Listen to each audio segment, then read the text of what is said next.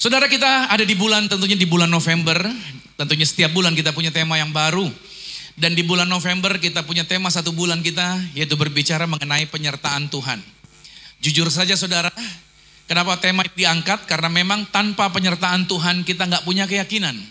Kita nggak punya jaminan untuk kita bisa berhasil melewati segala sesuatunya, melewati segala peristiwa yang ada di depan kita. Tanpa penyertaan Tuhan, kita juga nggak punya sebuah bagian atau sebuah hal yang bisa kita yakini bahwa kita bisa melewati ini semuanya. Tapi hari ini kita diingatkan, ada jaminan, ada janji yang Tuhan sediakan buat setiap orang yang percaya kepada Tuhan. Makanya judul hari ini yang saya bawakan itu berbicara mengenai Tuhan akan menjaga engkau. Ya, Tuhan selalu menjaga kita. Dimanapun kita berada, Tuhan selalu menjagai kita. Apapun yang terjadi, perubahan apapun boleh terjadi. Tapi kata Tuhan, saya selalu bersama-sama dengan kamu. Tuhan selalu menjaga kita. Tuhan selalu akan protect kita. Tuhan akan selalu melindungi kita dalam segala situasi apapun yang sedang Anda dan saya hadapi. Nah saudara, saya akan ajak saudara untuk kita melihat dari sebuah peristiwa. Ini adalah dari sejak saya sekolah minggu, saya sering baca kisahnya. Dan sampai hari ini tetap menjadi bagian cerita favorit di dalam kehidupan yang saya jalani. Karena saya percaya bahwa situasi apapun yang kita hadapi tidak pernah terlepas daripada apa yang Alkitab tuliskan. Kalau kita lihat di dalam Keluaran pada pasalnya yang kedua, pada ayat yang ke-23 sampai dengan ayat yang ke-25, ini merupakan kisah kehidupan bangsa Israel ketika mereka tinggal di Mesir. Bagaimana mereka yang tadinya hidupnya baik-baik saja bersama dengan Yusuf, tetapi bertahun-tahun ke depan kemudian mereka berubah menjadi budak. Dari orang-orang yang tidurnya nyaman, hidupnya enak, berubah menjadi hidup di dalam kesusahan. Mari kita lihat sebentar ayat 23. Lama sesudah itu matilah Raja Mesir, tetapi orang Israel masih mengeluh karena perbudakan. Dan mereka berseru-seru sehingga teriak mereka minta tolong karena perbudakan itu sampai kepada Allah. Jadi perhatikan ya, pada waktu berteriak minta tolong pada Tuhan, Alkitab mengatakan itu terdengar sampai kepada Tuhan. Ayat 24, Allah mendengar mereka mengerang, lalu ia mengingat kepada perjanjiannya dengan Abraham, Ishak dan Yakub. Jadi apa yang Tuhan kerjakan itu berdasarkan covenant, berdasarkan perjanjian. Pada waktu saudara dan saya makan tubuh Kristus, pada waktu saudara dan saya minum darah Yesus, itu covenant, perjanjian. That's why kenapa ada mujizat, kenapa ada kuasa Tuhan bekerja. Karena Tuhan bekerja berdasarkan covenant. Ayat 25-nya, maka Allah melihat orang Israel itu dan Allah memperhatikan mereka. Nah pengalaman umat Tuhan atau orang Yahudi, orang Israel yang tinggal di Mesir, ini mengajarkan bahwa tentang banyak kebenaran tentang Tuhan. Karena salah satu daripada sifatnya Tuhan yang paling menarik adalah pemeliharaan. Tuhan itu Tuhan yang memelihara. Tuhan adalah Tuhan yang menjaga Israel. Dari mulai pertama kali mereka berada di Mesir, sampai mereka keluar lagi dari Mesir. Karena keluarga Yakub itu mereka semua tinggal di Kanaan. Mereka menghindari kelaparan yang ada di sana. Lalu mereka pergi keluar dari Kanaan menuju Mesir dan mereka tanpa diduga bertemu dengan Yusuf. Yang mereka pikir sudah mati, ternyata justru Yusuf menempati kedudukan politik yang tinggi di Mesir. Bahkan Firaun senang menyambut kehadiran keluarga daripada Yusuf. Dan saking senangnya, Firaun memberikan sebuah tanah, namanya tanah Goshen, khusus untuk orang-orang Yahudi tinggal di sana. Selama beberapa tahun orang-orang Yahudi, orang-orang Israel hidup dengan makmur. Keuangan mereka makmur, makanan mereka terjamin, dan jumlah mereka terus bertambah sampai berlipat-lipat ganda. And then terjadilah setelah kematian Yusuf dan semua yang seangkatan dengan Yusuf, tampillah Firaun baru. Firaun lain yang tidak pernah mengenal sejarahnya Yusuf. Dia naik ke tahta, duduk di tampuk kekuasaan, dan Firaun ini merasa terancam, insecure, gak aman, merasa gak aman dengan jumlah orang Israel. So dia mulai menerbitkan undang-undang, mengeluarkan peraturan baru. Yang mana isi peraturannya memaksa orang-orang Yahudi yang ada di sana, yang tinggal di Mesir, di tanah Goshen khususnya, untuk melakukan kerja paksa, melakukan pembangunan bagi orang-orang Mesir. Nah kehidupan Israel yang mulanya tadinya baik-baik saja, yang tadinya nyaman, itu berubah menjadi kekecewaan.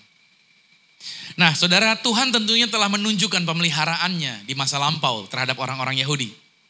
Orang-orang Israel telah mengalami pemeliharaan Tuhan yang luar biasa.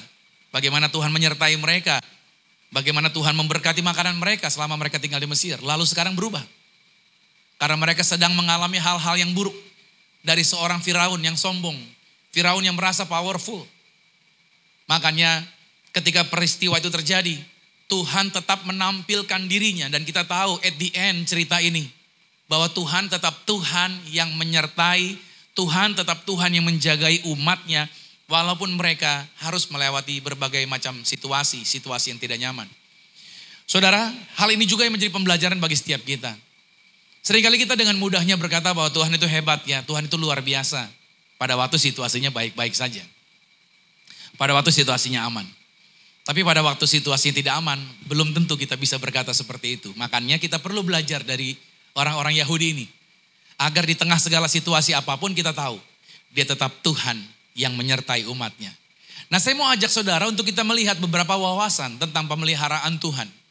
Sehingga wawasan kita, paradigma kita, konsep berpikir kita menjadi baik, menjadi benar. Dan kita bisa melihat dengan kacamata yang tepat, apa sih yang Tuhan mau kerjakan bagi kehidupan kita. Yang pertama saudara tentang pemeliharaan Tuhan, bahwa pemeliharaan Tuhan itu ada di setiap perubahan-perubahan waktu. Waktu bisa berubah, waktu bisa berganti, situasi bisa berubah, situasi bisa berganti, bahkan minggu, bulan, tahun terus berubah. Orang-orang yang tadinya ada bisa tidak ada dan muncul lagi yang baru dan lain sebagainya. Tapi penyertaan atau pemeliharaan Tuhan itu tidak pernah berkesudahan. Walaupun waktu berubah, perubahan-perubahan ada di dalam kehidupan kita. Di dalam teks ini kita bisa lihat di dalam Keluaran pada pasal 1. Dari ayat yang pertama sampai dengan ayat yang ke-7. Disinilah perubahan-perubahan yang terjadi. Kita lihat dulu dari ayat yang pertama. Inilah nama para anak Israel yang datang ke Mesir bersama-sama dengan Yakub. Mereka datang dengan keluarganya masing-masing. Ini 12 suku Israel, anak-anak Yakub, Ruben, Simeon, Lewi, Yehuda, Isakar, Zebulon, Benyamin, Dan. Dan itu bukan kata sambung, tapi suku Dan. Naftali, Gad, Asher. Oke, ayat yang kelima. Seluruh keturunan yang diperoleh Yakub berjumlah 70 jiwa. Tetapi Yusuf telah ada di Mesir. Kemudian matilah Yusuf serta semua saudara-saudaranya dan semua orang yang seangkatan dengan dia. Orang-orang Israel beranak cucu dan tak terbilang jumlahnya. Mereka bertambah banyak dan dengan dahsyat berlipat ganda. Sehingga negeri itu dipenuhi mereka. Jadi bisa lihat di sini ya. Jumlah orang Yahudi sangat-sangat padat. Sangat-sangat banyak yang ada di Mesir. Tentunya ini tidak kebetulan, tentunya di balik ini semua ada maksud dan ada perencanaan Tuhan. Oke, nah kita lihat bahwa seringkali seiring berjalannya waktu, ya perubahan waktu, sepertinya Tuhan telah melupakan umatnya. Waktu berlalu dan umatnya menjadi lelah dengan hari-hari perbudakan karena orang Yahudi sedang mengalami perbudakan. Mereka mungkin bertanya-tanya sama Tuhan, kenapa Tuhan gak tolong kami? Kenapa Tuhan izinkan situasi ini terjadi? Seringkali juga umat Tuhan begitu kan, kita anak-anak Tuhan juga yang hidup sekarang ketika kita berhadapan dengan situasi yang tidak baik, situasi yang tidak menguntungkan, seringkali kita mulai bertanya, kok Tuhan diem ya? Kok Tuhan gak tolong saya ya? Bla bla bla dan lain sebagainya. Jujur saya mau katakan sama saudara, seringkali juga saya mengalami situasi yang sama. Pada waktu saya beli ganti mobil saya saudara, tahun 2019, mobil yang lama saya jual, saya ganti dengan yang baru. Saya cicil mobil itu. Dan aman-aman saja. Uang saya cukup untuk bayar. Tapi menjadi tidak aman ketika tahun 2020 ada pandemi terjadi. Dan itu menegangkan. Karena jantung kita menjadi detak jantung kita menjadi bergerak lebih cepat. Karena orang detak jantungnya bisa berdetak cepat cuman karena ada dua hal. Yang pertama karena jatuh cinta, yang kedua karena jatuh tempo. Nah gara-gara jatuh tempo ini saudara deg-degan juga. Mau bayarnya gimana? Lantas saya berpikir seperti orang-orang yang sedang mengalami kesulitan umumnya. Tuhan, 2019 kan Tuhan tahu bahwa 2020 akan terjadi situasi ekonomi yang tidak baik. Kenapa Tuhan izinkan saya beli mobil 2019? Mestinya di cancel dong. Gitu saya ngomong. Karena di tahun 2019, waktu saya mau nyicil, kan dari pihak bank nanya, Pekerjaannya apa? Pekerjaan saya pendeta. Kalau pekerjaannya pemuka agama, maka harus nambah saudara asuransi. Jumlahnya 4 juta. Saya bilang sama adik saya, kamu kasih tahu sama salesnya dari bank tersebut. Kalau Tuhan izinin saya dapat, berarti pihak bank ngasih saya. Kalau pihak bank nggak ngasih saya, berarti saya nggak jadi beli. Saya gituin. Itu 2019. Salesnya digituin, saya berani ngomong gitu sama mereka. Biasanya bank nggak bakalan mau ngerubah statement mereka. Customer harus ikut, klien harus ikut. Ini dia ngerubah loh saudara. 2 hari kemudian ditelepon, boleh Pak, Bapak nggak perlu nambah. Saya coba penasaran ya, saya tanya sama teman-teman yang lain. Yang pekerjaannya mirip-mirip sama saya. Semua harus nambah. Karena bank nggak mau, harus ada garansi. Dia harus ambil asuransi. Karena nggak jelas pekerjaannya, dianggap seperti itu. Saya lolos, dapat dong. Puji Tuhan. Berhasil kan? 2019, berarti Tuhan kasih nih. Tapi 2020 saya bertanya sama Tuhan. Kenapa diizinin? Gitu maksud saya saudara. Logis gak? Saya nanya begitu. Harusnya gak diizinin dong. Ngapain jadi? Akhirnya saya bingung. Saya tanya Tuhan kenapa harus terus begini? Aduh bergumul saudara. Saya bergumul banget. Itu 2020. Dan sampai hari ini saudara. Puji Tuhan. Saya bisa bayar saudara. Ajaib juga. Semuanya bisa terbayar. Tinggal satu bulan lagi. Lunas mobilnya. Jadi semua yang tadi saya takutkan, ternyata saya bisa lewatin semuanya. Dan itu saya mau katakan, sering kali kita komplain sama Tuhan, kok Tuhan bisu ya? Makanya saya beri tulisan ini, bahwa kebisuan Tuhan sering kali terlihat jelas. Kayaknya Tuhan gak nolong ya, kayak Tuhan gak bela ya, kayak Tuhan gak bukain jalan ya. Padahal saya katakan pemeliharaan Tuhan itu tampak nyata seperti halnya bagi Yakub, bagi putra-putra mereka. Pada waktu mereka datang ke Mesir, mereka nyaman. Mereka ngelihat, Tuhan pelihara. Sama ya, pada waktu keadaan ekonomi kita baik-baik, Tuhan luar biasa. Oke? Pada waktu mereka dipersatukan kembali dengan Yusuf, ya semuanya kelihatannya aman-aman saja. Nah saudara yang kasih Tuhan, kita bisa melihat di sini bahwa apa yang Tuhan janjikan, itu luar biasa buat setiap kita. Bahwa penyertaan Tuhan, kebaikan Tuhan, pemeliharaan Tuhan, memang tidak pernah berubah bagi hidup kita. Dia tetap Tuhan yang dahsyat, dia tetap Tuhan yang luar biasa. Tapi di sini terbalik.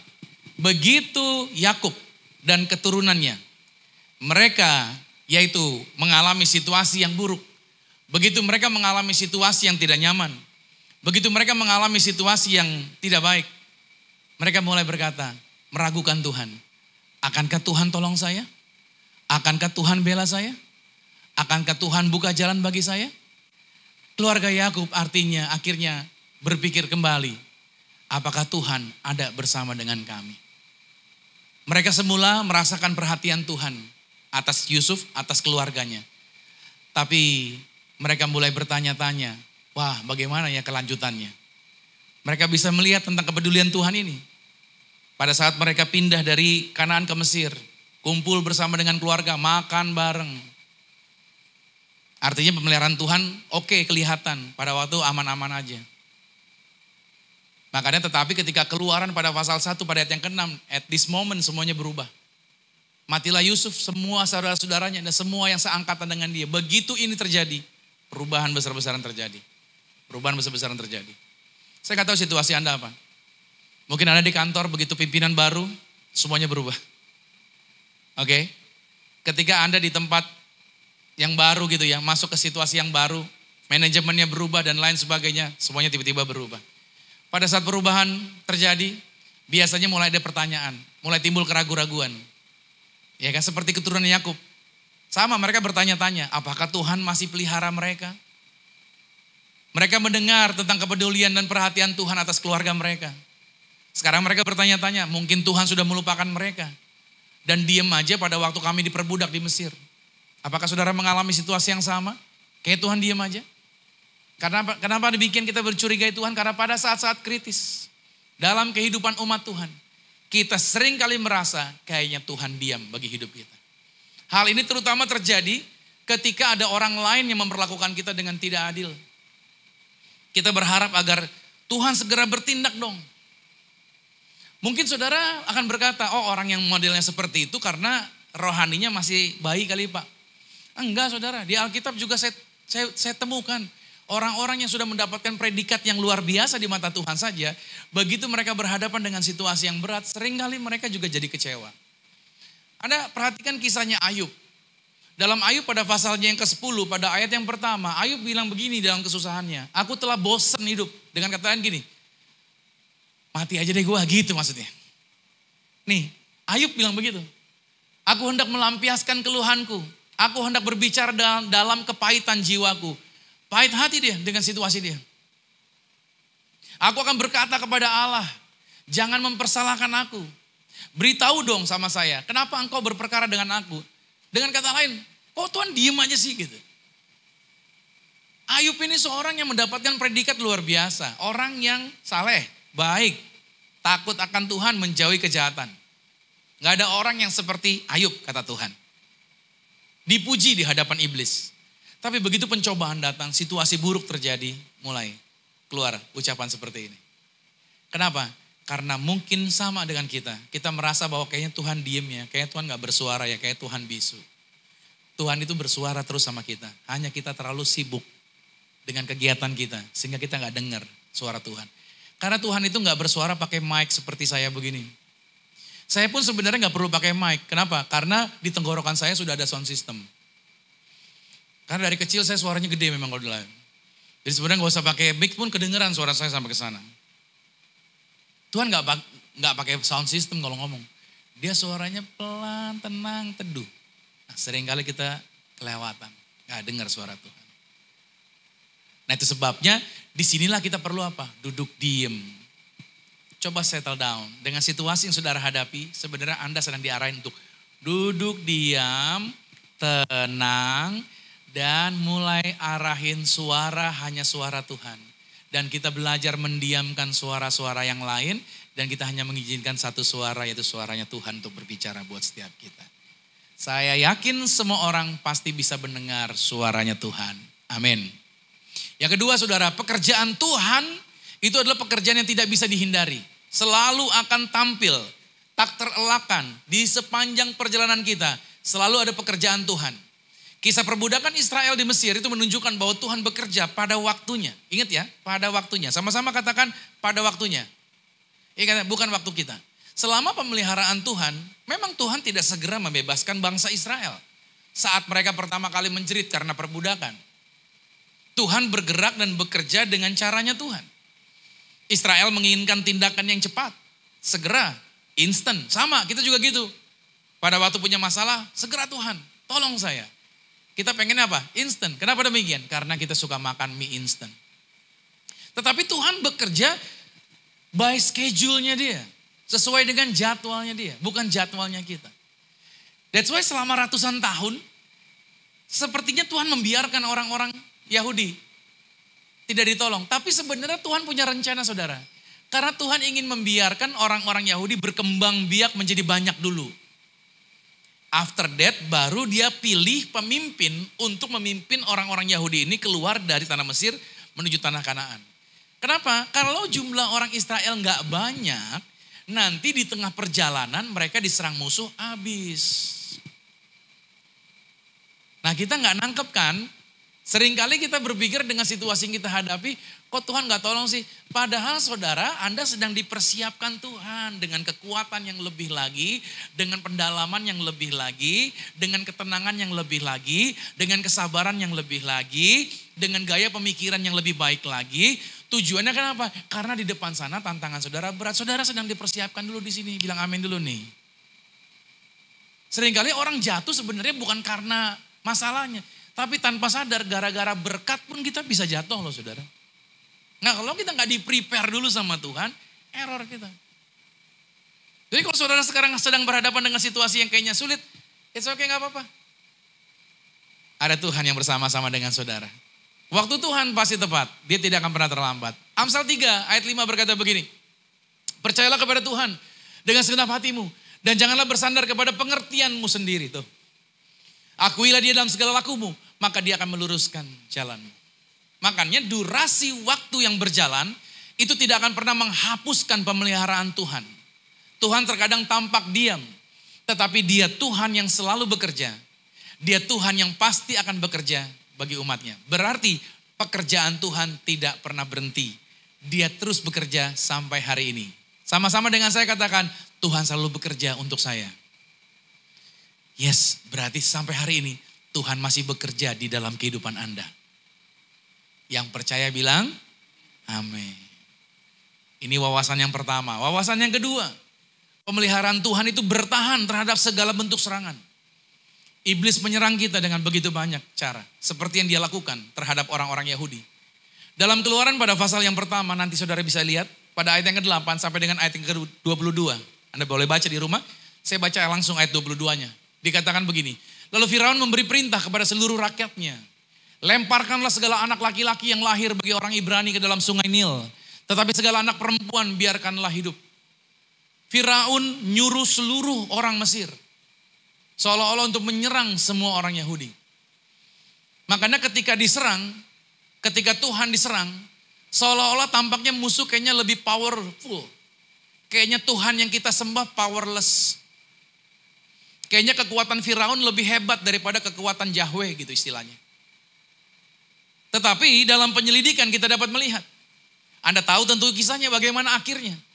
Apapun yang musuh coba buat, tetap Tuhan menunjukkan bahwa dia tetap Tuhan yang lebih kuat dari segala musuhnya. Mungkin kita sebagai orang Kristen suka dihina.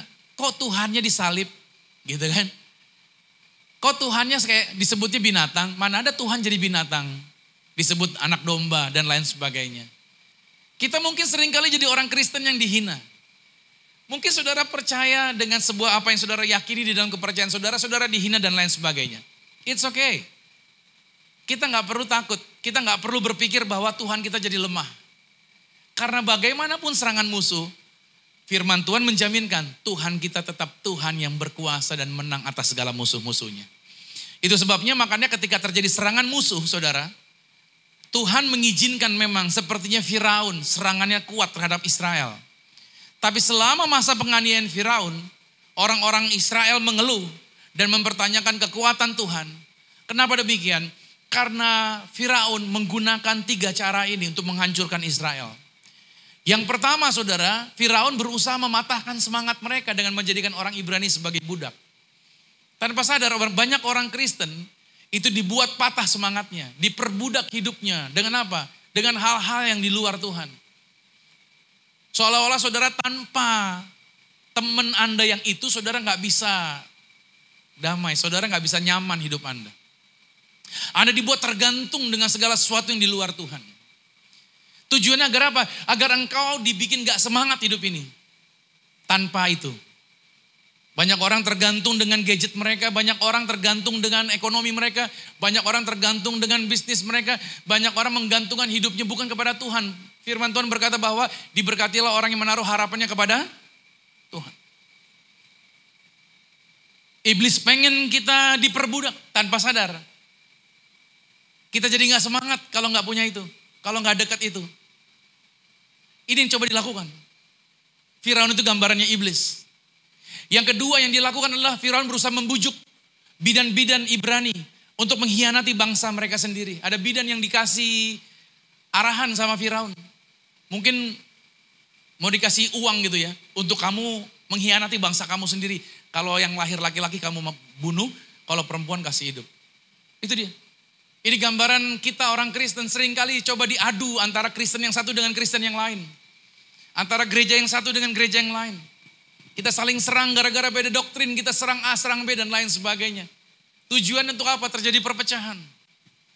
Hari ini kita diingatkan saudara, ini adalah triknya setan untuk menyerang anak-anak Tuhan. Dan yang ketiga adalah apa? Firaun berusaha untuk memusnahkan semua anak laki-laki yang lahir dari keluarga Ibrani. Firaun artinya iblis gak pengen ada penurunan generasi anak-anak yang takut akan Tuhan. Iblis ingin bikin kacau kehidupan keluarga-keluarga Kristen dan lain sebagainya. Jadi ini serangan-serangan yang coba dilakukan oleh iblis. Gambaran daripada Firaun itu yang dilakukan. Tapi hari ini kita diingatkan bahwa apapun serangannya, kita punya kuasa Tuhan yang bekerja atas kehidupan kita. Makanya Tuhan kita dikatakan lebih kuat daripada musuh manapun. Seluruh kitab Keluaran kalau kita baca, di situ justru menunjukkan keunggulan Tuhan atas kekuatan apapun. Bayangin saudara 10 tulah yang terjadi. Itu merupakan hal yang Tuhan buat untuk mempermalukan 10 dewanya orang-orang Mesir. Panjang kalau saya jelasin dewanya apa aja, tapi 10 tulah untuk mempermalukan 10 dewanya Mesir. Yang paling fatal tuh yang paling terakhir, tulah ke-10, anak Firaun mati. Firaun itu adalah dewa. Jadi kalau anak Firaun, anak dewa. Jadi kalau anak dewa aja mati, berarti dewa mereka adalah dewa yang dipermalukan oleh Tuhannya Abraham, Ishak dan Yakub. Makanya 2 bidan yang tadi saya sebutkan, Sifra dan Pua, mereka justru melihat dengan keyakinan yang berbeda. Mereka melihat bahwa Tuhan yang mereka sembah adalah Tuhan yang jauh lebih besar, adalah raja yang lebih besar daripada Firaun. Mereka tidak peduli, walaupun mereka adalah orang Ibrani tinggal di Mesir, yang punya power adalah Firaun. Harusnya semua menyembah kepada Firaun agar dapat makan. Tapi bidan ini berdua enggak. Mereka berkata, Tuhan yang kami sembah adalah Tuhan Abraham, Ishak dan Yakub. Walaupun kamu berkuasa Firaun, tapi saya tidak takut sama kamu, saya lebih takut sama Tuhan Abraham, Ishak dan Yakub. Pada waktu Anda menempatkan diri Anda seperti mereka, saya yakin dan percaya hidup Anda akan diberkati luar biasa. Banyak orang hebat di dunia ini. Banyak orang-orang yang coba menarik Anda untuk Anda bergerak seperti mereka mau. Tapi pada saat Anda menetapkan diri Anda untuk tetap memandang dengan keyakinan bahwa Anda punya Tuhan yang besar seperti Yesus, Anda tidak akan jatuh di dalam dosa. Anda tidak akan jatuh di dalam bujuk rayu dunia. Makanya penyair namanya James Russell Lowell menyatakan iman akan kuasa Tuhan. Dia menuliskan seperti ini bahwa hal yang benar selalu ada di panggung. Panggung ini untuk menyampaikan kebenaran. Panggung ini bukan untuk menyampaikan suhu politik. Makanya hal-hal yang salah selalu ada di atas tahta. Orang-orang yang merebutin tahta itu selalu akan cenderung jatuh dalam berbagai macam kesalahan. Namun tiang panggung ini untuk mengayunkan masa depan. Untuk diarahkan kepada masa depan. Dan di balik keremangan yang tidak diketahui, ada Tuhan berdiri dalam bayang-bayang. Yang terus berjaga-jaga atas semua miliknya. Walaupun Tuhan gak kelihatan. Sepertinya gak tampak. Tapi Tuhan tetap berjaga atas semua milik kepunyaannya. Siapa milik kepunyaannya? Anda. Saudara yang telah dimeteraikan oleh darah Yesus. Saudara adalah milik kepunyaannya Tuhan. Berarti kalau saudara adalah milik kepunyaan Tuhan, berarti hidup Anda aman dalam penjagaan Tuhan. Amin. Dan yang ketiga saudara, pemeliharaan yang ketiga yang Tuhan kerjakan adalah Tuhan pemeliharaannya tidak terselami. Mungkin kita gak ngerti cara kerja Tuhan. Gak apa-apa saudara. Mungkin kita sedikit bingung. Mungkin kita suka bertanya-tanya. Biasa manusiawi kita penasaran. Tapi itulah cara kerja Tuhan. Kalau Tuhan itu bekerja dapat diduga oleh pikiran kita, dia bukan Tuhan yang ajaib. Kalau Tuhan kita dapat diukur, kemana dia bergerak sesuai dengan pengukuran kita, berarti dia bukan Tuhan yang heran. Karena dia Tuhan yang hebat, makanya kita gak bisa menduga dan menebak kemana dia akan melangkah. Nah ketika kita membaca kisah kelahiran Musa, itu membuat seseorang menyadari bahwa ada kekuatan Tuhan yang tidak terlihat, yang terus dan sedang bekerja sampai hari ini. Manusia tidak bisa menjelaskan secara logis akan peristiwa yang terjadi di seputar kelahiran kehidupan Musa. Pemeliharaan Tuhan itu sangat-sangat tidak terselami. Apa yang saya mau angkat di sini? Yang pertama adalah campur tangan Tuhan. Bilang sama-sama campur tangan Tuhan. Sampai hari ini seperti halnya Tuhan campur tangan kepada Musa dari kelahiran sampai dia menjadi dewasa. Hari ini juga ada campur tangan Tuhan atas kelahiran Anda sampai saudara hari ini bahkan sampai masa depan Anda. Saya menyadari akan hal itu. Ada campur tangan Tuhan atas kehidupan saya. Sejak dari dalam kandungan ibu saya. Gak ada yang kebetulan. Sejak Abraham dipanggil keluar dari Ur Kasdim. Tuhan telah memiliki tujuan khusus bagi bangsa Israel. Selama tahun-tahun para nenek moyang mereka. Tuhan terus menjalankan rencananya atas orang-orang Israel. Rencana pembebasan Tuhan kelihatannya mungkin menyusut menjadi benang tipis. Kok Tuhan pakainya bayi mungil sih gitu kan? Kok Tuhan pakainya bayi yang taruhnya di dalam sungai, di dalam keranjang yang rapuh? Bagaimana mungkin bayi seperti ini bisa menolong? Tetapi saya katakan sama saudara, Tuhan akan tetap melaksanakan rencananya melalui cara yang tidak pernah terduga. Saudara, Anda jangan pernah mengecilkan diri Anda. Anda mungkin berkata, saya kemampuannya biasa-biasa aja, Pastor. Atau mungkin saudara berkata, tidak ada orang-orang hebat yang ada di sekitar saya, Pastor. Kayaknya orang biasa-biasa saja. Waktu saya bangun gereja ini pun juga sama berpikir seperti itu. Orang-orang yang hebat belum ada di sekitar saya. Siapa yang support nih? Bagaimana saya bisa maju dan lain sebagainya. Tapi Tuhan mengingatkan saya bahwa dari orang-orang yang sederhana bersama-sama dengan kamu, aku akan pakai pelayananmu jadi luar biasa. Makanya saya nggak ngoyo. Saya percaya Tuhan tetap campur tangan. Amin. Tuhan tetap bekerja melalui hal-hal yang sederhana. Melalui hal-hal yang kelihatannya biasa-biasa. Paulus menulis di dalam Korintus berkata bahwa apa yang dikatakan bodoh oleh dunia justru dipakai Tuhan untuk mempermalukan dunia ini. Apa yang dikatakan lemah malah dipakai Tuhan untuk mengungguli apa yang ada di dalam dunia ini.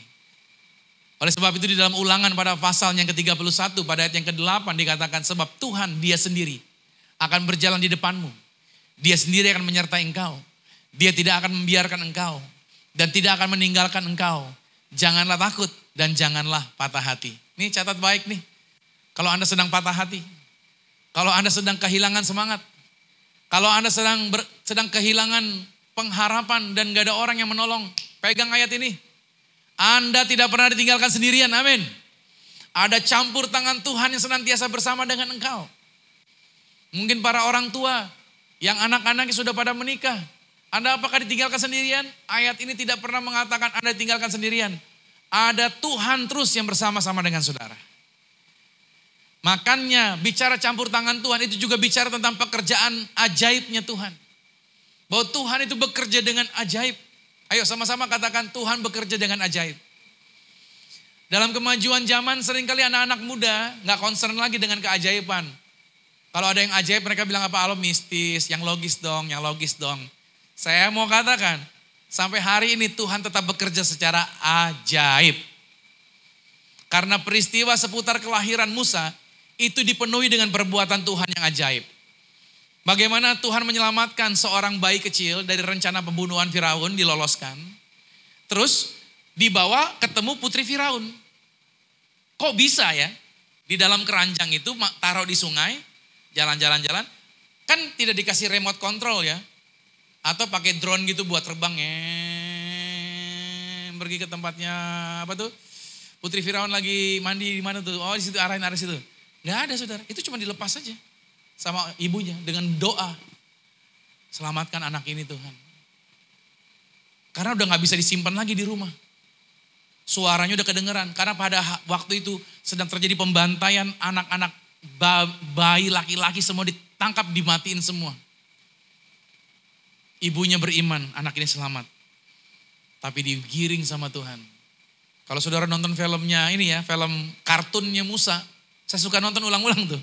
Anak-anak saya ajak nonton terus. Itu keranjangnya di tengah sungai itu. Ada buaya, ada kuda nil yang lagi berantem. Itu keranjangnya tuh bisa lolos loh. Dari amukan binatang yang lagi berantem. Dan gak dimakan gitu.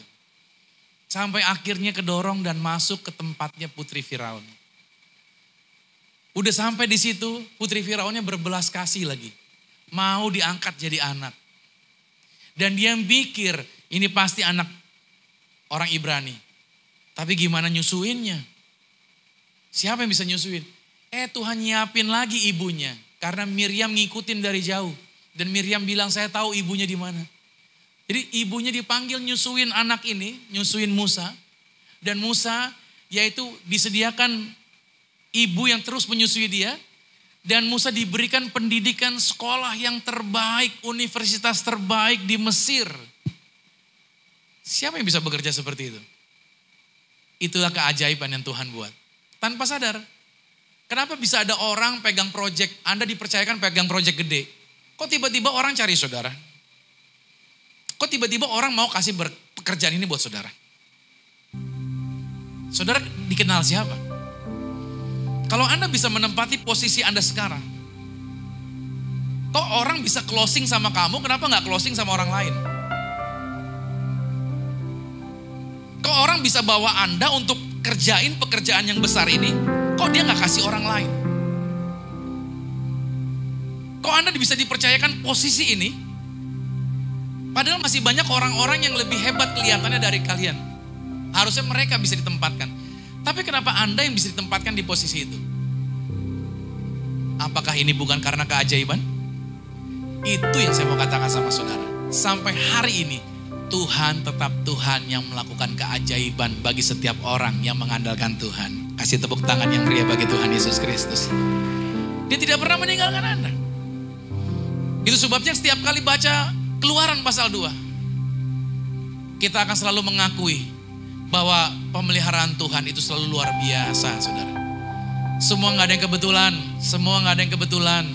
Semua ada di dalam pemeliharaan, semua ada di dalam perencanaan Tuhan. Dengan kata lain, Bapak Ibu Saudara yang kasih Tuhan, semua ini tidak dapat terselami dengan pikiran manusiawi kita. Kita nggak nyampe, kita mau mikirin kita susah. Yang perlu kita lakukan adalah apa? Percaya saja, amin. Dan tidak ada hal apapun yang bisa memisahkan Anda dari kasih Kristus. Gak ada kuasa apapun yang bisa melepaskan Anda dari kasih Kristus. Kasih Tuhan tetap ada bersama dengan Anda. Perubahan boleh terjadi, kerusakan bisa terjadi. Bahkan serangan-serangan musuh bisa begitu luar biasanya. Tetapi ini yang saya mau katakan berdasarkan firman Tuhan, bahwa Tuhan tidak akan pernah melepaskan Anda dari anugerahnya. Roma 8 ayat 37 sampai dengan 39 mengatakan begini, tetapi dalam semuanya itu kita lebih daripada orang-orang yang menang oleh Dia yang telah mengasihi kita. Sebab aku yakin bahwa baik maut maupun hidup, baik malaikat-malaikat maupun pemerintah-pemerintah, baik yang ada sekarang maupun yang akan datang, atau kuasa-kuasa, baik kuasa yang di atas maupun kuasa yang di bawah, ataupun sesuatu makhluk lain, tidak akan dapat memisahkan kita dari kasih Allah. Bilang amin dulu di sini. Yang ada dalam Kristus Yesus Tuhan kita. So please pegang ayat ini. Apapun yang iblis coba lakukan, apapun yang setan coba lakukan, apapun yang iblis coba racunin pikiran saudara, Anda harus hardik dia dengan pegang ayat ini, bahwa Tuhan tidak akan pernah melepaskan Anda apapun yang terjadi. Tuhan tidak pernah membuang Anda. Dia tidak pernah mengirim Anda ke neraka. Dia tetap Tuhan yang mengasihi Anda. Saudara harus paham, cintanya Tuhan itu memotivasi Anda untuk meninggalkan semua yang salah. Cintanya Tuhan yang begitu luar biasa memotivasi Anda untuk hidup baik, untuk hidup benar, untuk meninggalkan semua hal yang cemar. Kebaikan kemurahan Tuhan, cintanya Tuhan memotivasi Anda untuk hidup yang kudus, untuk menjadi contoh, untuk menjadi berkat, untuk menolong orang lain agar hidup mereka berubah. Kebaikan dan kesempatan yang Tuhan kasih bukan sebagai permakluman, bukan sebagai perizinan untuk engkau hidup di dalam pelanggaran, untuk engkau hidup dalam kecemaran, bukan. Saudara, kalau engkau mencintai seseorang, engkau pasti akan menghindari apa yang orang itu tidak sukai. Kalau engkau mencintai Tuhan, pasti engkau tidak mau melukai hatinya dia. Betul? Kalau engkau mencintai istrimu, kalau engkau mencintai suamimu, engkau tidak akan mau melukai pasanganmu. Dengan cara apa? Engkau tidak mau melakukan yang membuat dia sebel. Engkau tidak mau melakukan yang membuat dia marah. Saudara, kalau engkau jatuh cinta sama Yesus, dengan ayat ini, Anda akan otomatis menjauhi hal yang negatif. Bukan karena ketakutan, tapi dasarnya karena apa? Karena saudara jatuh cinta sama Tuhan. Amin. Itulah saya mau katakan, cintanya Yesus membuat Anda menang atas dosa, membuat Anda menang atas segala tawaran-tawaran yang negatif. So, saya simpulkan, Anda tidak perlu cemas pada saat ada situasi sulit, karena Tuhan pasti menjaga Anda. Tuhan akan memberikan kekuatannya, dan Anda akan mengalami kekuatan supernatural. Tuhan bekerja dalam kehidupan Anda. Dan percayalah, apa yang Anda buat, apa yang Anda lakukan, apa yang Anda korbankan di dalam pelayanan, itu tidak akan pernah sia-sia. Karena Tuhan itu adil. Gak mungkin orang yang berjeri lelah di ladangnya Tuhan, orang-orang yang korban melayani Tuhan, gak mungkin mereka miskin, susah payah, bangkrut, sakit-sakitan. Orang-orang yang berjeri lelah, orang-orang yang berkorban di ladangnya Tuhan, dia akan terus diberkati Tuhan sampai selama-lamanya. Katakan amin. Maka percayakan janji ini. Yuk kita baca ayat terakhir ini. Ibrani 6 ayat 10. Berkata begini sama-sama dengan saya. 3, 2, 1. Ya, sebab Allah bukan tidak adil, sehingga ia lupa akan pekerjaanmu dan kasihmu yang kamu tunjukkan terhadap namanya oleh pelayanan kamu kepada orang-orang kudus yang masih kamu lakukan sampai sekarang. Saya pesan buat anak-anak Tuhan, kita semua yang pelayanan, ingat pegang firman Tuhan. Biarlah rohmu menyala-nyala dan terus saudara. Mau apapun terjadi, tetap kobarkan pelayananmu. Jangan kendor, jangan turunin apa yang semula sudah kamu lakukan. Jangan drop. Makin mendatang menjelang kedatangan Tuhan, makin giat lagi kita melayani Tuhan. Makin lebih lagi. Satu jaminan Tuhan, Tuhan menyertai setiap kita. Selamat hari Minggu. God bless you. Kita beri tepuk tangan yang meriah bagi Tuhan. Terima kasih buat firman Tuhan yang kami terima pada hari ini Tuhan. Kami percaya janji Tuhan tidak pernah meleset. Kebaikan Tuhan tidak pernah berhenti. Jaminan Tuhan senantiasa menguatkan kami. Sehingga situasi yang sepertinya tidak menguntungkan, itu bukan menjadi masalah yang besar. Karena selama kami berjalan bersama Yesus, kami akan melihat perkara-perkara besar dinyatakan. Mujizat-mujizat Tuhan akan dinyatakan. Dan kami percaya melalui situasi yang negatif sekalipun, ada kemuliaan Tuhan di balik itu semua. Karena pelangi tidak pernah muncul sebelum badai. Setelah badai besar, baru muncul pelangi. Itu memberikan gambaran bagi setiap kami. Kami tidak perlu mengeluh. Kami tidak perlu menjadi ragu atau kecewa. Tapi kami justru mengucap syukur buat apa yang Tuhan telah jaminkan. Terima kasih buat firman ini. Biar kami praktekkan di dalam kehidupan kami. Dan kami percaya kami tidak berjalan sendirian. Tapi berjalan bersama dengan Tuhan yang hidup. Bapa yang kekal, Raja di atas segala raja. Yang kami sembah di dalam nama Yesus Kristus. Terpujilah nama Tuhan. Dalam nama Yesus biarlah semua yang hadir hari ini disingkapkan. Roh Tuhan membukakan pikiran mereka. Dan hati mereka bergembira oleh kabar baik yang diterima hari ini. Dalam nama Tuhan Yesus kita semua ini berkati. Sama-sama kita katakan amin. Kasih tepuk tangan lagi bagi Tuhan Yesus Kristus. Yes, haleluya. Terpujilah nama Tuhan. Berapa banyak dari kita yang diberkati oleh kebenaran firman Tuhan di siang hari ini. Yang diberkati boleh kasih tepuk tangan yang paling meriah buat Tuhan. Thank you buat Pastor Romy yang telah menyampaikan kebenaran firman Tuhan. Ya, kita belajar ya saudara ya, bahwa ketika kita berjalan bersama-sama dengan Tuhan, kita gak bisa lihat waktunya Tuhan, tapi yang satu yang kita percaya, satu yang kita ketahui bahwa Tuhan menyertai kita. Apapun kondisi kita saat ini, situasi kita, meskipun doa kita belum dijawab, kita tetap tahu bahwa Tuhan ada bersama dengan kita. Amin. Mari sama-sama kita siapkan hati kita. Kita akan masuk dalam sakramen tubuh dan darah Yesus. Kembali kita mengarahkan hati kita. Terima kasih buat salibmu Tuhan.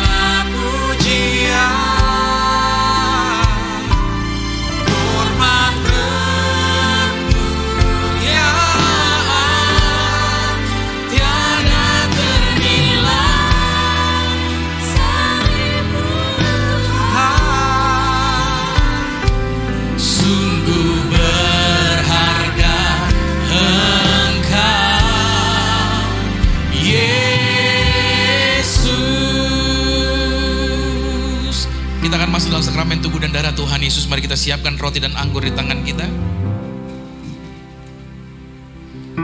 Janji Tuhan bahwa ketika kita makan tubuh Kristus, minum darah Yesus, kita di dalam Kristus, Kristus ada di dalam kita. Maka berarti saudara, gak ada kuasa apapun yang bisa memisahkan. Saudara selalu percayalah, jaminan ini menyertai Anda. Bahkan Alkitab berkata, sampai rambut putih, Tuhan akan menggendong kita. Mari kita angkat rotinya di atas kepala dengan iman, sama-sama katakan dalam nama Tuhan Yesus. Inilah roti yang telah turun dari surga. Inilah tubuh Tuhan Yesus Kristus, tubuh yang tergantung di atas kayu salib, yang memberikan kami bersama dengan keluarga kehidupan yang kekal di dalam kerajaan sorga. Oleh korban tubuh Kristus, mulai hari ini kami menang atas segala virus, menang atas segala penyakit, tidak terkapar di meja operasi. Kami dibekali umur panjang dan tidak sakit-sakitan. Dalam nama Tuhan Yesus, inilah roti yang telah turun dari surga. Inilah tubuh Tuhan Yesus Kristus. Mari kita makan tubuh Tuhan Yesus.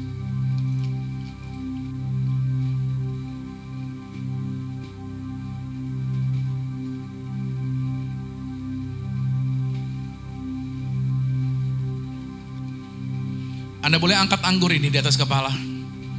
Dengan iman sama-sama saya kita katakan dalam nama Tuhan Yesus, inilah darah Yesus Kristus, darah yang tercurah, darah yang tertumpah di atas kayu salib sebagai perjanjian yang baru dan yang kekal.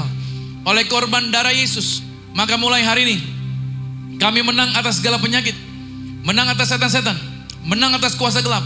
Bersama keluarga, nama kami termeterai sebagai warga sorga, punya rumah di surga, punya rumah di bumi, tidak mengembara, dimanapun berada melangkah, dijagai pasukan malaikat. Aku tolak roh jahat, kuasa gelap, setan-setan, dukun-dukun dipatahkan. Kami punya iman yang kami pegang, yang kami kerjakan di dalam karir, bisnis, proyek, usaha, pelayanan kami diberkati lipat kali ganda dari berkat tertinggi yang pernah kami raih. Dalam nama Tuhan Yesus, inilah darah Yesus Kristus. Mari kita minum.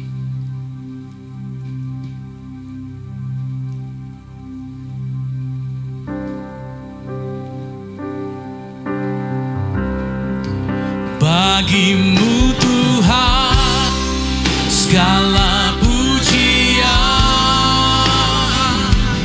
hormat kemuliaan, segala ternilai salibmu Tuhan, sungguh berharga Engkau. Bagimu Tuhan segala pujian, hormat kemuliaan, tiada ternilai salibmu Tuhan, sungguh berharga Engkau Yesus. Di tangan kami ada minyak. Maka siapapun yang pulang bawa minyak ini, mereka bisa membuktikan kuasa Tuhan. Mereka bisa membuktikan kuasa dan keajaiban Tuhan. Campur tangan Tuhan ada atas mereka. Mari saudara yang bawa minyak angkat tangannya. Sama-sama katakan dalam nama Tuhan Yesus, inilah minyak urapan. Setiap tetes saya punya kuasa ngusir setan, dan setiap oleh saya punya kuasa menyembuhkan sakit penyakit. Silakan pasukan malaikat jagai kami. Dimanapun kami berdiri melangkah, tempat di mana kami berdiri senantiasa dipagari dan dijagai. Dalam nama Tuhan Yesus, inilah minyak urapan. Anda boleh teteskan atas kepala saudara, setiap pot, setiap botol ini dalam nama Tuhan Yesus. Inilah minyak urapan yang penuh kuasa, penuh kemuliaan dalam nama Tuhan Yesus. Saudara, Anda boleh bawa pulang ini, Anda oleskan anak-anak saudara. Setiap kali mereka berangkat ke sekolah, taruh di jidat mereka, taruh di kepala mereka. Anak-anak saudara terproteksi, menang atas udara, cuaca yang buruk, atau kualitas udara yang tidak baik. Anak-anakmu sehat, gak kena sakit paru-paru, amin. Tidak akan tertular virus berbahaya. Saudara bisa berdoa juga di tempat Anda berdiri. Maka rumah Anda, kantor Anda, pabrik Anda, tempat usaha Anda, dimanapun Anda dijaga malaikat. Bahkan ketika Anda pergi ke lokasi manapun juga, selalu malaikat jagai Anda. Karena kita nggak tahu, sometimes di tempat-tempat tertentu pun ada roh-roh jahat, kuasa gelap yang menjadi roh teritorial di area itu. Tapi Anda yang diurapi dengan minyak, Anda nggak bisa disantet, Anda nggak bisa dipelet, Anda nggak bisa diguna-guna. Roh jahat tidak akan tembus bagi hidup Anda. Amin. Saya sudah membuktikan berkali-kali. Karena saya pelayanannya khusus untuk area-area seperti ini. Maka saya percaya bahwa setiap anak-anak Tuhan diberi kuasa menang atas setan-setan. Saudara, Amsal 18 ayat 21 mengatakan hidup dan mati dikuasai oleh lidah. Siapa suka menggemakannya, maka dia akan memakan buahnya. Mari kita lepaskan kata-kata berkat ini. Saudara boleh foto ini, saudara boleh ucapin ulang-ulang di rumah Anda. Dan percayalah, kita itu seperti bunga yang bisa menarik lebah datang, atau kita bisa menarik yang namanya penyakit datang. Kalau kita memperkatakan kata-kata yang hopeless, kata-kata yang negatif, maka iblis akan senang dan datang ke tempat Anda. Tapi kalau Anda melepaskan kata-kata ini, maka berkat-berkatnya akan datang ke tempat Anda. Mari sama-sama dengan saya katakan, saya diberkati, berkelimpahan, telah ditebus, telah diampuni, dibenarkan, diurapi, disempurnakan, diberi kuasa, hidup dalam kasih karunia, berharga, aman, sehat, penuh kemuliaan, fokus pada Yesus, disiplin, percaya diri, pandai cerdas. Saya diciptakan segambar dan serupa Yesus untuk menggenapi setiap panggilan dan tujuannya atas hidup saya di dalam nama Yesus. Amin. Kasih tepuk tangan bagi Tuhan. Berkati semua yang sudah hadir hari ini Tuhan. Seluruh jemaat Tuhan, mereka pulang dari sini, tangan mereka bawa berkat untuk keluarga yang mereka jumpai di rumah. Dimanapun mereka ketemu dengan siapapun, mereka bawa berkat yang luar biasa. Berkati tangan-tangan mereka telah memberikan korban syukur. Apa yang mereka korbankan digantikan yang lipat kali ganda. Berkat Tuhan terjadi buat setiap orang yang melayani, buat setiap orang yang korban, buat setiap orang yang menaruh yaitu benihnya di ladang Tuhan. Mereka tidak akan pernah kekurangan. Berkat Tuhan berlimpah atas mereka. Aku juga berdoa berkati dalam nama Tuhan Yesus. Maka semua yang sudah melayani hari ini, dari tim Praise and Worship, tim media operator, para pendoa syafaat, guru-guru sekolah minggu, seluruh tim volunteer, baik logistik ataupun tim hospitality, semua yang telah korban di dalam pelayanan, diberkati dan digantikan yang luar biasa. Setiap pengorbanan mereka tidak pernah sia-sia.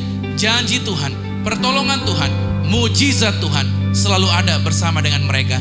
Terima kasih buat setiap berkat yang Tuhan limpahkan. Maka kalau sebentar kami akan pulang, kami berdoa juga memberkati gedung ini, gedung Sumarekon dalam lawatan, dalam kuasa, dalam pertolongan, dalam mujizat Tuhan. Dan kami percaya tidak pernah kebetulan setiap anak-anak Tuhan berada di satu tempat. Tuhan pasti punya maksud, Tuhan pasti punya rencana yang luar biasa. Maka setiap anak-anak Tuhan yang hadir hari ini, sepanjang seminggu ke depan, aktivitas mereka diberkati dalam karir, bisnis, pekerjaan mereka. Dan aku berdoa mereka diangkat naik jadi kepala bukan ekor. Apa yang mereka sentuh pegang kerjakan diberkati. Dan perencanaan mereka di bulan November ini diberkati pasti berhasil. Terima kasih Tuhan. Saatnya kami akan pulang. Dan kami akan menerima berkat-berkat Tuhan. Kekasih Kristus, arahkan hati. Amin ke setiap berkat ini. Diberkatilah engkau di dalam usahamu. Diberkatilah engkau dalam pekerjaanmu. Diberkatilah engkau di dalam segala aktivitasmu. Siapapun tinggal dengan engkau pasti diberkati. Keluargamu diberkati. Orang tuamu diberkati. Saudara-saudarimu diberkati. Rumah tanggamu berbahagia. Maka sekarang pulanglah. Berkat anugerah dari Bapa di surga, cinta kasih di dalam Yesus Kristus, kekuatan menghiburan di dalam kuasa Roh Kudus, menyertai mengurapi setiap kita mulai hari ini sampai Tuhan Yesus datang menjemput Anda dan saya, keluargamu dan keluargaku, kita semuanya sama-sama menjadi warga kerajaan sorga yang percaya dengan iman. Sama-sama saya katakan amin. Selamat hari Minggu, sampai jumpa minggu depan. God bless you.